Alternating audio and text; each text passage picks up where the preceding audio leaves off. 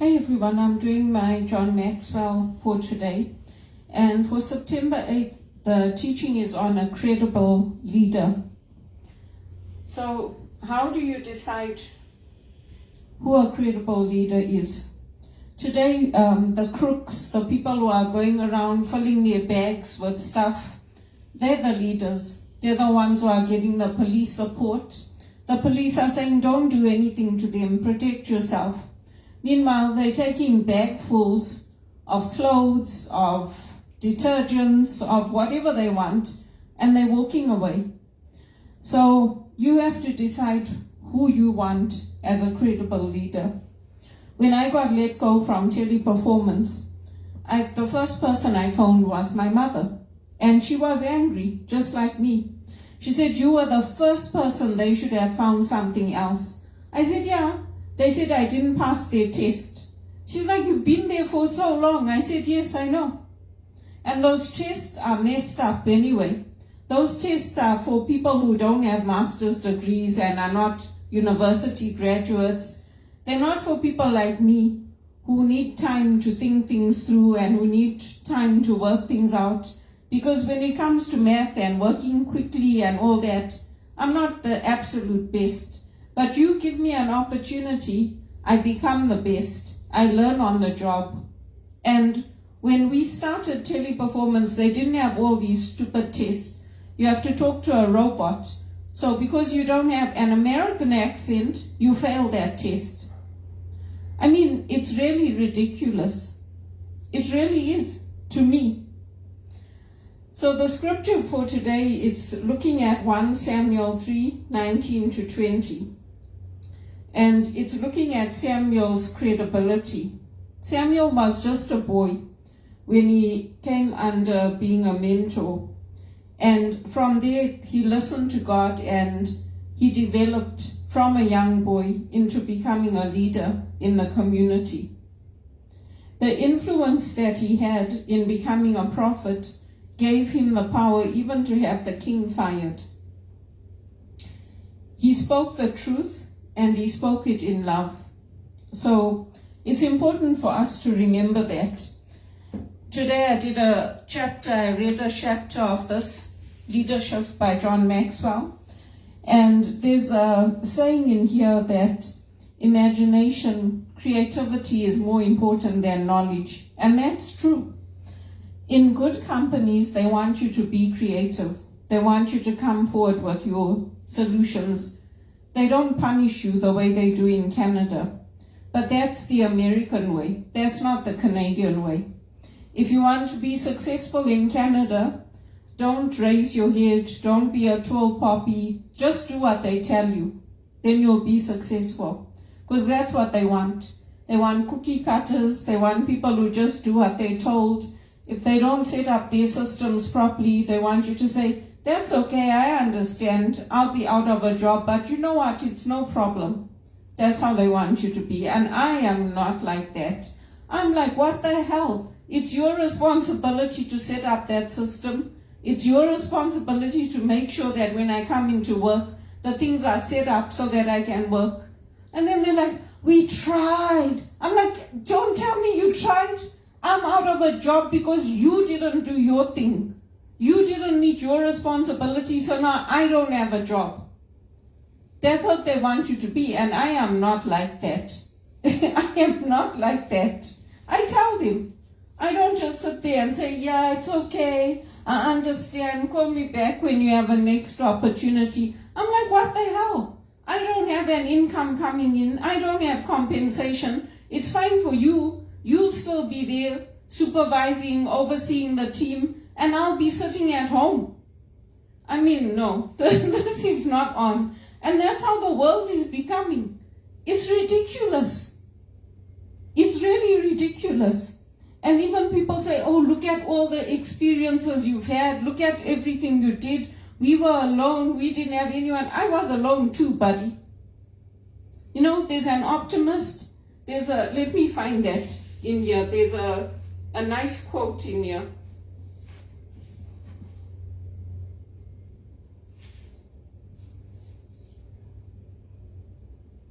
I probably won't find it, but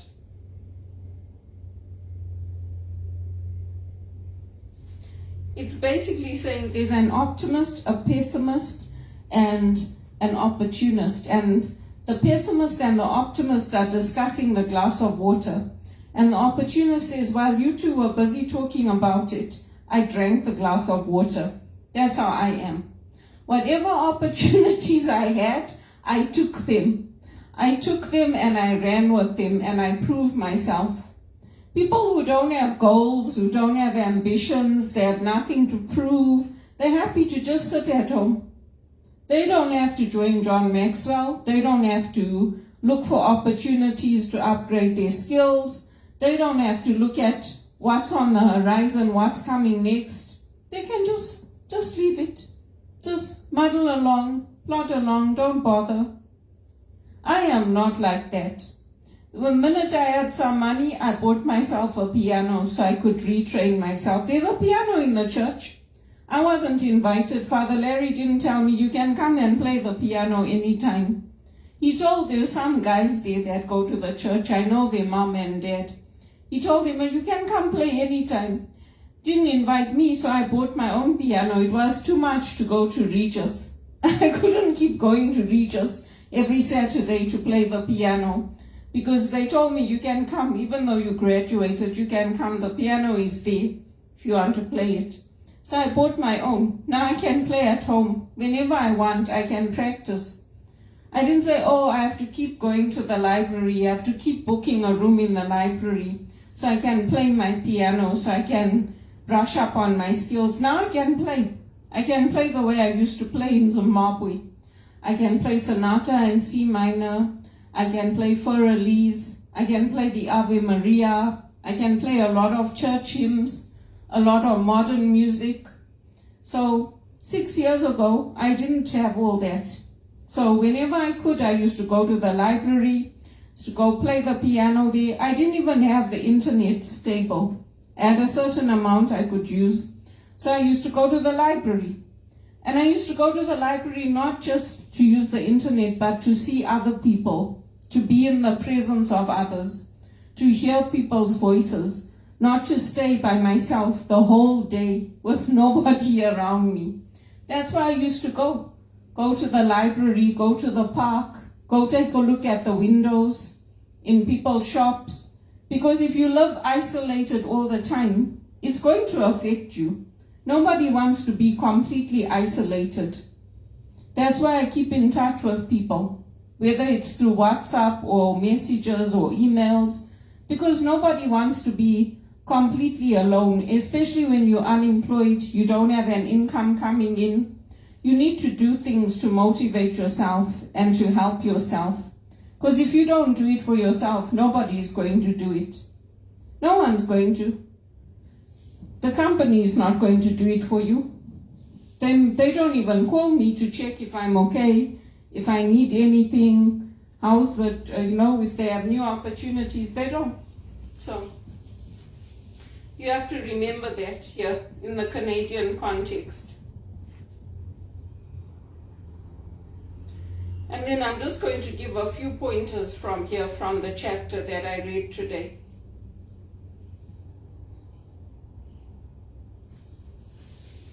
So John Maxwell says, recognize what zone you're in. Are you in the coasting zone, doing as little as possible, you're happy with your results? Are you in the comfort zone? You do what you have to do. You do what you've always done because it works for you. Are you in the challenge zone, where you attempt to do what you haven't done before? Are you in the creative zone, where you attempt to think of solutions, ideas, possibilities that you haven't done before?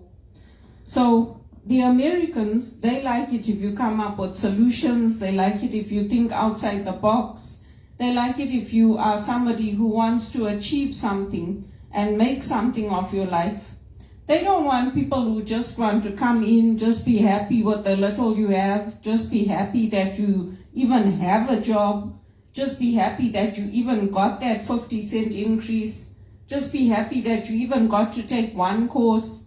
They are not like that. They want people who know that it's not enough to follow the rules. Sometimes people break the rules because that's where the growth takes place. If you don't break the rules, everything's going to carry on failing.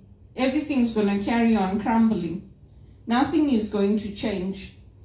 You have to be able to work with ambiguity.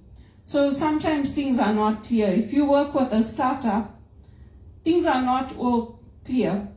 You have to be able to adjust. You have to be able to embrace new practices, new policies. Things don't always work smoothly. Technology doesn't work the best.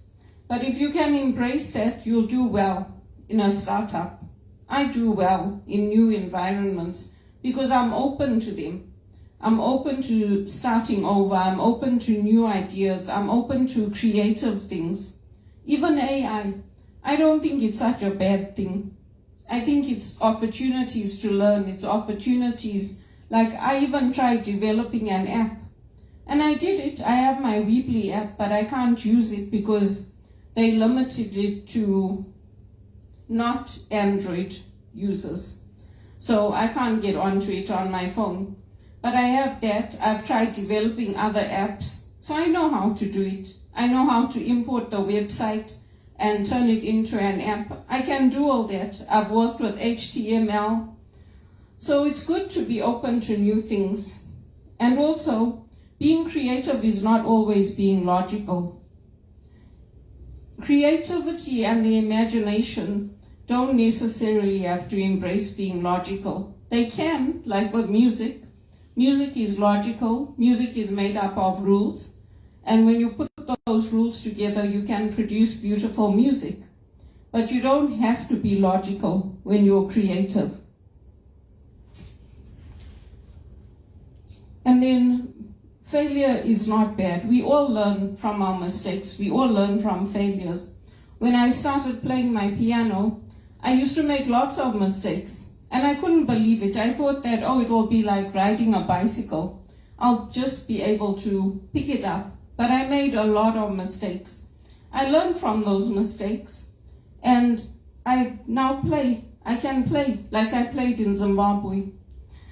So we don't have to be foolish. We know what our limits are. We know that you can't say I'm not creative. Everybody is creative. If you had crayons in school and you colored in a coloring book, you were creative. Then you went to high school and they took your crayons away.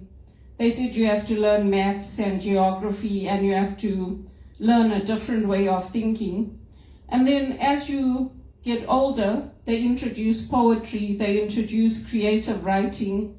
So everybody is creative and everybody can be creative. We celebrate ideas, we celebrate finding our passion, what gets us out of bed in the morning. If you've been at home like me, and I got laid off in May last year. So it's over a year now, I've been at home. If you don't have something to look forward to, you don't have people you love in your life, you don't have any possibility of hope, you'll just give up.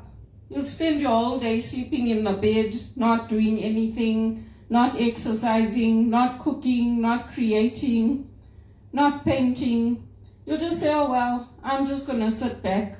I don't have to do anything. It will all come to me. But I'm not doing that because I know I have to be proving myself. I know I have to be out there. I know I have to keep fit so that when the opportunity comes, I'm ready. And that's what I tell the people I mentor too. Like, you have to be ready. Sometimes you feel like this is taking forever, but you have to be ready. You have to keep building on your skills. You have to keep networking. You have to keep your presence on social media. You have to keep focused on your end goal. Because if you don't keep that, you're going to give up. And if you give up on yourself, nobody else is going to believe in you. Believe you me, you can't stop believing in yourself and you can't stop believing in God's power to bring about good in this world. So those were the main points I wanted to look at. And people say, oh, you need to make goals and stick to them, adjust to them. Well, what happens when something happens like what's happened in Canada? What's happened in Canada is that if you watch our elections, right, the Liberals have been in power a long time, decades now. So we have a media that is biased. So when they talk about the leadership, they talk about people, they don't criticize them. They have a campaign that is geared to focusing on how good they are, how exceptional they are. Look at what they're doing. They don't say, oh, you know what? We don't need this again. We've had rising poverty, rising unemployment, rising drug usage, rising crime. They don't focus on that. So they have a state-owned media, like in Zimbabwe, and people don't say anything bad about them. So the election rolls around, and people are fed propaganda, and then they vote for the same people that put us in this mess. And it doesn't make sense. But if people don't want to think critically, then whose fault is it? I didn't vote for them. I didn't vote for them. I partner with them. I show them, like, this is what I think, this is what I say. But I don't just say, yeah, it's good. We need more poverty. We need more people that are uneducated. We need more women not having families. We need more of an aging population. I don't do that just to get a job, just to have something coming in. Because it's not just about me. It's also about my family. It's about our future. It's about what kind of world we want to live in. And this world of poverty, of destruction, breaking up of families, breaking up of communities, that's not the world I want. But it's obviously the world that the majority of Canadians want, because that's what they're voting for. So we have to prepare for our opportunities. And many people like me are saying that if that opportunity is not here, we're prepared to move. Because I'm tired of earning minimum wage, being unemployed. They'll take all my ideas, they'll use them, they'll implement them, and then they won't promote me. They won't get me into the good paid jobs in the church, in the companies I've worked at. And I'll prop them up, and then when I leave, all hell breaks loose. They let me go, and then all hell breaks loose. And I say it's good. Because when I was there, you didn't appreciate me, you didn't value me, you didn't give me wage increases, you didn't promote me into a management job where I could start overseeing things. You didn't set up a pension for me. So now I'm doing this because I'm trying to create something for myself so that I can be at that level where I'm also having an income. I'm also having a health spending account. I'm also having a property. Because it's not fair to me. And it's not fair to my mom. It's like, oh, well, we did what we could. No, you didn't. No, you didn't. You chose to benefit everybody else, go on holidays with everybody else, not have any Christmases with me, not celebrate with me, not be there for me, because your focus was on somebody else. So I did it anyway, by God's grace. My mom did it anyway. And so instead of praising us, instead of helping us, instead of saying, yeah, you know what, you actually did, you're good, you're not plodding along, you're doing the opposite. And you're using what you went through to hurt me.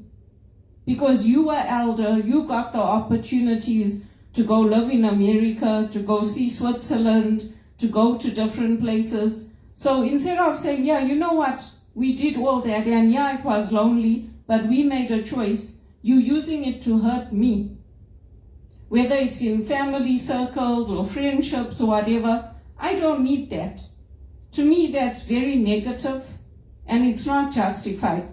Because I'm the type of person who, if I can help somebody, especially in my own family, I help them.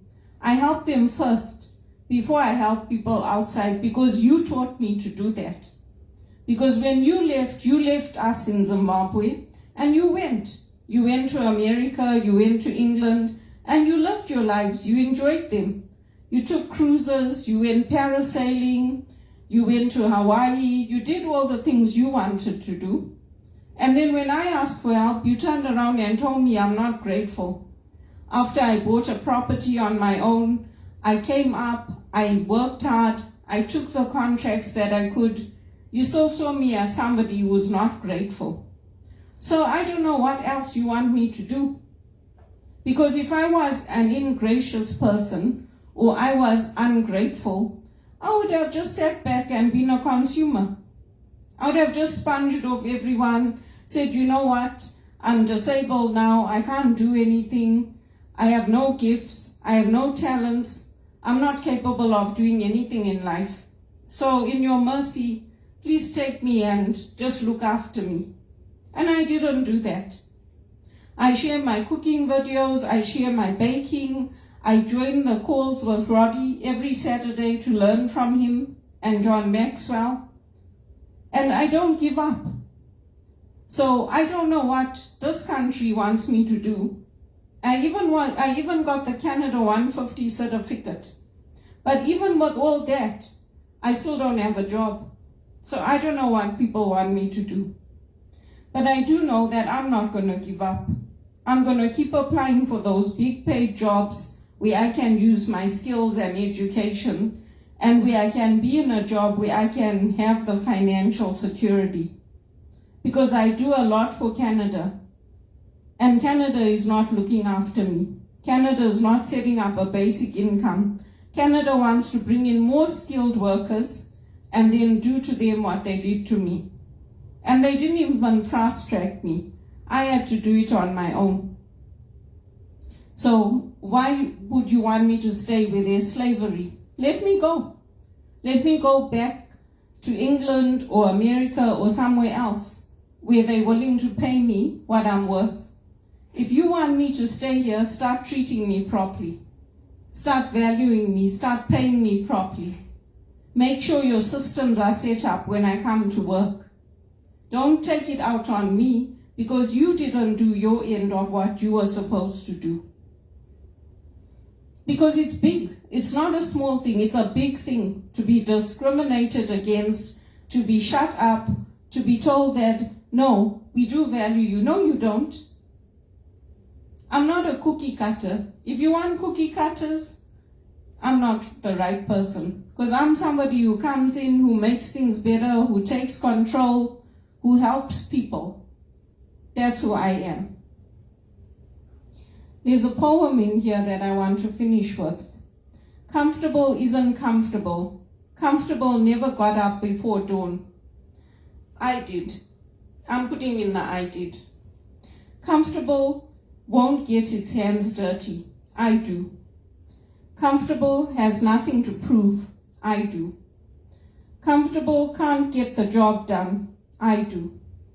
Comfortable doesn't have new ideas. I always look for new ideas. Comfortable won't dive in head first. I will. Comfortable isn't the American dream, and it isn't the Canadian dream. For me. But for Canadians it is. They just want to be comfortable. Comfortable has no guts. I do. Comfortable never dares to be great. I will. Comfortable falls apart at the seams. You've got to fight with me. Don't get comfortable. I agree. So that's what I will leave you with. And yes, I'm Gen X, and yes, we had movies like Dirty Dancing. And you know what? I'm glad we did. Because I am worth it. If you don't think you're worth it, that's on you. I am worth it. And I'm here. And I'm not going away. I'm going to keep fighting for my life because my life is worth it.